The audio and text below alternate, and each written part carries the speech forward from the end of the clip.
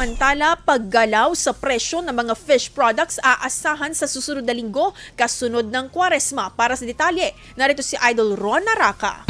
104.7 IFM Report!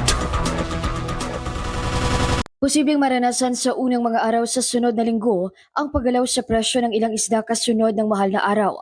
Ayon sa ilang tindero ng isda na nakapanayam ng IFM News Higupan, aasahan daw umano ang pagtaas sa ilang mga fish products kasabay ng pagtaas ng demand nito.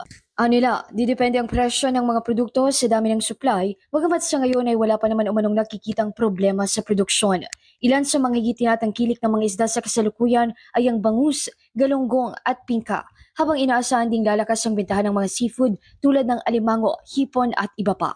Nananatili naman sa presyo ang mga shellfish products tulad ng tahong at talaba na parehong naglalaro sa 80 pesos ang kada kilo. Samantala, sa darating na Semana Santa, bahagi ng kinagisang tradisyon ng mga mananampalataya, partikular ng simbahang Katolika, ang pansamantalang hindi pagkain ng karne sa panahong ito.